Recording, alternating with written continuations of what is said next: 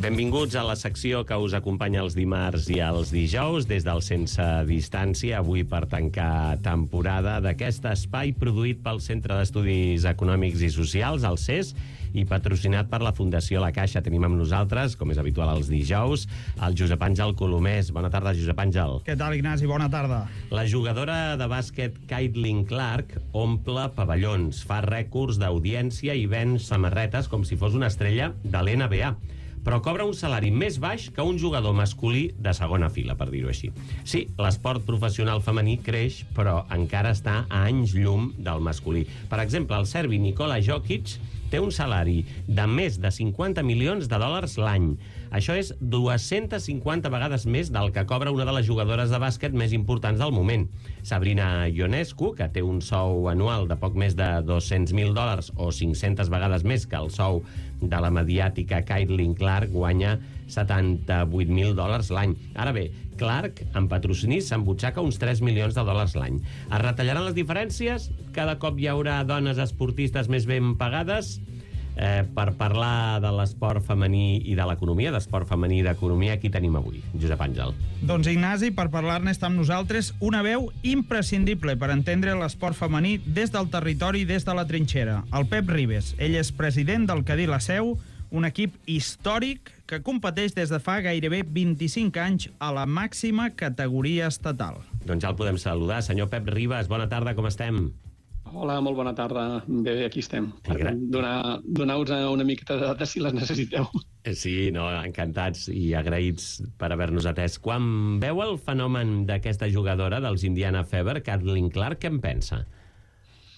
Bueno, el que pensem és que realment sempre es parla molt de referents en tots els àmbits, i en el camp de l'esport, i en concret el bàsquet també, i seria un d'aquests referents, no? Com d'altres que hi ha hagut, també anteriorment amb ella, però sí que realment té un impacte, diguéssim, mediàtic, diferent al que fins ara han pogut tenir jugadores tan emblemàtiques o també amb tanta història com Diana Taurasi i com moltes d'altres a nivell espanyol, Amayas Valdemoros, en fi, Albes Torrents i tal, però ja, clar, té un impacte mediàtic que sobrepassa amb escreix el que fins ara havia estat, per tot el que ha suposat des de la seva carrera universitària i l'impacte que ha tingut en l'esport femení i en el bàsquet en concret, no? I creu que pot marcar un abans i un després, aquesta jugadora, pel bàsquet femení? És a dir, ser com un impuls per animar, diguéssim, a aquest esport? Bueno, no sé si realment... A veure, tots els referents que puguin donar impuls, en aquest cas, a l'esport femení, doncs s'ajudaran, no?, a que tot això vagi avançant, i que de fet ja va avançant, però com bé heu anat ficant amb la comparativa anterior, doncs avança molt més lentament que la dimensió que té el bàsquet professional, en aquest cas masculí, no? Però que ajudarà, clar que ajudarà, i sobretot possiblement amb això de que les tendències mediàtiques dels últims anys han canviat bastant, no?, perquè les xarxes tenen un poder molt gran, i a partir d'aquí, doncs, tot el que això es pugui anar generant a nivell particular de la jugadora i a nivell també conceptual de conjunt del que ella té influència, doncs fins ara el bàsquet universitari que als Estats Units té molta transcendència, molta importància, en aquests moments a la Women NBA, i per tant el que també suposa a nivell del bàsquet femení, pot ajudar, però són passos que són més lents del que tothom es pot imaginar. I entrem ara, si li sembla, a parlar del Cadí La Seu, de la Seu d'Urgell, que porta 4 anys seguits guanyant la Lliga Catalana. Enhorabona. Guanyar aquesta competició dona algun premi econòmic o és només prestigi? Econòmicament, no. Econòmicament, en aquests moments el bàsquet femení estatal, no només pel fet de la Lliga Catalana, sinó el bàsquet femení estatal, econòmicament cap títol dona cap tipus de premi econòmic. Perdó, ni a nivell estatal ni a nivell europeu, Ni guanyar l'Eurolliga, ni guanyar l'Eurocup, ni guanyar la Lliga Femenina, ni la Copa de la Reina, ni la Supercopa, ni la Lliga Catalana. No dona cap tipus de rendiment econòmic, bastant diferent al que és l'esport masculí, evidentment, no? Prestigi. És prestigi i és satisfacció de la feina ben feta, de poder estar en aquest nivell, amb el màxim nivell, en aquest cas, del bàsquet femení estatal, i per tant, per nosaltres, per un club que portem, com bé deies, 25 anys farà la propera temporada que vam començar amb aquest projecte i està competint dins l'elit del bàsquet estatal, doncs és una satisfacció molt important, perquè és un estímul de, no sé fins a on dir, de feina ben feta, o si més no, de no fer-la tan malament. no? No, i tant. I potser això que diu vostè també és llavor de reivindicació, no? I de treball per la igualtat, aquest prestigi d'un equip com el Cadí La Seu, que a més porta anys competint això a la màxima categoria del bàsquet espanyol i també és digne de felicitació. I ja que parlem d'economia, senyor Pep Ribas, com si fos un pastís, d'on provenen els ingressos del Cadí La Seu per mantenir el pressupost de l'equip professional? Doncs mira, bàsicament us faré un percentatge, diguéssim, amb dues parts clares. Una serien les ajudes externes econòmiques que per nosaltres són el que rebem d'institucions, que això aproximadament és el 30% del pressupost, i la resta és d'activitat pròpia de generar dintre de la nostra estratègia de buscar aquests recursos econòmics perquè aquest equip sigui sostenible per si mateix i mentre puguem amb aquestes exigències econòmiques que té en aquest moment el bàsquet femení, ve de recursos propis del club. Tema patrocinadors, tema quotes de socis, tema d'activitats que generem des del club per poder anar fent sostenible tant el projecte de l'equip de la Lliga Femenina com tot el projecte de la base del club, que són 16 equips, i aquesta seria el pastís, així dit d'una manera molt global, però penso que és la que toca, no? Recursos externs i recursos propis. Sí, molt bé. I què hauria de millorar en el bàsquet professional femení per poder quadrar el pressupost d'una manera més senzilla? Bueno, ajudarien bastantes coses. Ajudarien, en aquest cas, amb el bàsquet. Si ens assenyem al bàsquet femení professional, el de la Lliga Femenina Endesa, per exemple, una cosa que ajudaria és que possiblement des de tots els estaments que regeixen i gestionen, en aquest cas, la competició, que és la FEP, i després, d'alguna manera, però més, diguéssim, secundària als clubs, seria important un primer detall fos que tingués un valor real als drets d'imatge i les possibles incidències mediàtiques que tingui el bàsquet femení dintre del que és l'entorn de l'esport femení en general. Una coseta, un detallet només, un detallet. Un equip, i evidentment estem parlant possiblement, per dir-ho d'alguna manera, de negocis diferents, o de situacions diferents, però que potser no haurien de ser tant. Un equip de l'ACB rep aproximadament 1 milió d'euros pels drets d'imatge i televisius de les retransmissions dels partits ACB, mentre que els equips femenins, avui per avui, perquè se'ns retransmeteixin els partits per Teledeporte, una cadena pública, hem de pagar la producció. Déu-n'hi-do. Una diferència bastant clara, I tant, i tant. Hem de pagar-la, o sigui, la paguem, Sí. Els equips de la Lliga Femenina, perquè hi hagi cada setmana un partit retransmès per Teledeporte, que és d'una cadena pública. El patrocinador Endesa no col·labora?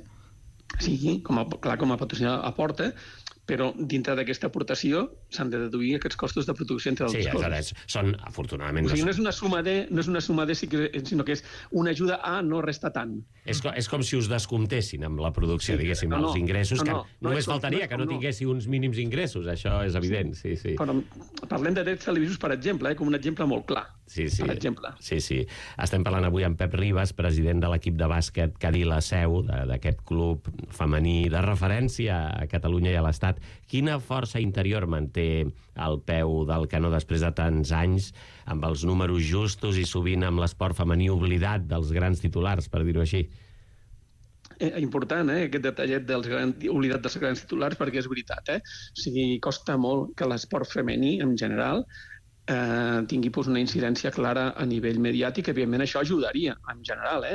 Després que els casos particulars de cada club o de cada equip serien els que fossin, però això ajudaria a poder tenir aquesta acceptació o possiblement aquesta possible captació de més patrocinadors o més sponsorització que poguessin fer pujar l'exigència del nivell econòmic que hi ha en aquests moments a la Lliga Femenina. Pensem una cosa, el pressupost màxim de la Lliga Femenina és de 3 milions d'euros, el pressupost mínim d'un equip d'ACB és de 4 milions i poc.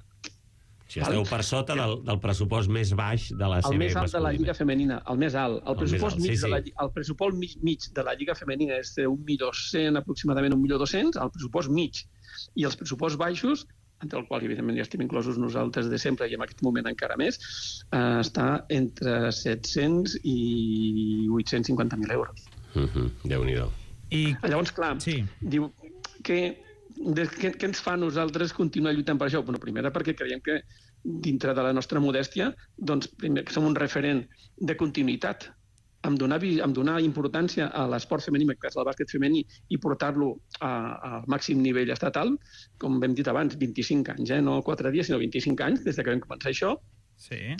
I, sobretot, el que ens dona força i inclús una miqueta d'obligació a continuar-ho dintre de les limitacions de la nostra ubicació, territori, estem a la Seu d'Urgell, amb un entorn d'habitants no com el que pot tenir una àrea metropolitana o, com dic jo, des de Berga cap a baix, per entendre'ns. Sí. Doncs és, en aquest moment, o els últims anys sobretot, a part de que som un referent bastant important de cara a la jugadora jove en general, perquè és l'aposta que fem des de fa anys i la fem créixer i, per tant, és un trampolí per elles, és l'impacte social que tenim dins de la nostra comunitat, de la nostra ciutat i el nostre territori. L'acceptació social ens empenya que això la gent del nostre territori ens està dient que ho vol, que ho necessita i que se sent identificat amb això i, per tant, nosaltres continuarem lluitant en fer-lo possible mentre, insisteixo, sigui sostenible pel que és capaç de generar, en aquest cas, Cadí la Seu per si mateix, no el club, perquè el club té la situació de densitat econòmica les té totalment diferenciades del que és el projecte de l'equip femení professional. I quin és el dia a dia d'una jugadora del Cadí la Seu i fins a quin punt pot viure només del bàsquet? Bueno, el tema ja no sé si és valorar si pot viure més o menys només del bàsquet, però és que ha de viure només del bàsquet amb aquell perquè és professional.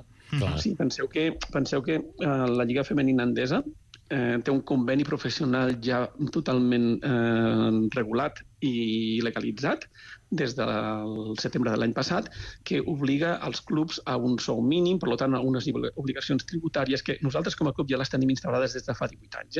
El tema dels contractes professionals i, per tant, les obligacions tributàries, però ja posa un sou mínim, ja porta unes obligacions mínimes i, per tant, d'alguna manera, per dir-ho, és la seva dedicació laboral en aquest moment. Que això li permet a la jugadora viure no sé quants anys de la seva vida, com si potser li permet a jugadors de l'ACB, potser ben administrats, poder viure tota la seva vida, depèn de la carrera que hagin tingut, del que hagin pogut guanyar com a jugadors de bàsquet professionals. Difícil. Difícil. Almenys amb el percentatge més alt de jugadores. Amb algunes sí, les que són capaces, per exemple, que han pogut anar a jugar a lligues russes, turques, que paguen uns dinerals i molt importants de sous, o amb en NBA, i que estan amb el top de contractes de la Lliga Femenina, algunes sí, però la majoria s'han de llaurar un futur per pensar que quan acabi això hauran de continuar fent coses a la seva vida per poder viure. Clar, i acaba moltes vegades amb 34, 35 anys i tota una vida per davant moltes vegades. I ja per acabar, senyor Pep Ribas, president del Cadí la Seu, d'aquest club de bàsquet del nostre Pirineu, quins són els reptes esportius i econòmics del Cadí la Seu? Bueno, és molt senzill, penso jo. En quant a esportius està clar que és el que diem, continuar mantenint-nos en aquesta èlit del bàsquet femení estatal, que cada any és més difícil per nosaltres, perquè cada any estem més lluny del que abans he comentat d'aquest pressupost mig que hi ha a la Lliga, però intentar mantenir-nos. Evidentment, estar lluny del pressupost mig no ens ha privat en els darrers anys de jugar Copes de la Reina, de jugar play-off, de jugar Eurocups. Té importància el diner, però a vegades té importància possiblement altres coses. I, per tant, mantenir-nos com a segon equip més antic de la Lliga Femenina Endesa, perquè després del Perfumeries Avenida del Cadí la Seu que porta més anys a la Lliga Femenina Endesa ininterrompudament, i, per tant, continuar representant a l'esport femení català i, en aquest cas, el bàsquet al màxim nivell. I, econòmicament, fer-lo sostenible perquè això tingui durada. El que està clar, que el que tenim clar és que nosaltres estem amb mínims de pressupost i que, per tant, només hi haurà una manera de fer-lo sostenible, que és intentar incrementar ingressos perquè reduir pressupost tal com està evolucionant pel bé de les noies, pel bé de les jugadores i en aquest cas de l'esport femení, al bàsquet femení, a nivell d'obligacions dineràries, només ens queda un camí que és augmentar ingressos, i amb això lluitarem. Doncs amb aquest suport de la Seu d'Urgell em sembla que són 18.000 habitants, una població petita. 14.000. 14.000, encara m'he passat. Però vaja, també hi ha alguns pobles de la zona, de la comarca, on pot haver-hi afició al bàsquet en qualsevol cas. No, hi és. Sí, nosaltres tenim socis de la comarca, evidentment, però la nostra comarca, la de l'Alt Urgell, és una comarca que té 30.000 habitants. Clar, tampoc puja gaire més, ja ens entenem. Doncs moltes gràcies, Pep Ribas, president del Club de Bàsquet Cadí la Seu, per haver-nos acompanyat. Vaja, gràcies també perquè vostès són un exemple de resistència, de passió per l'esport, i bé, fins una altra ocasió. Ànims i endavant, que hi hagi èxits la temporada vinent al Cadí la Seu.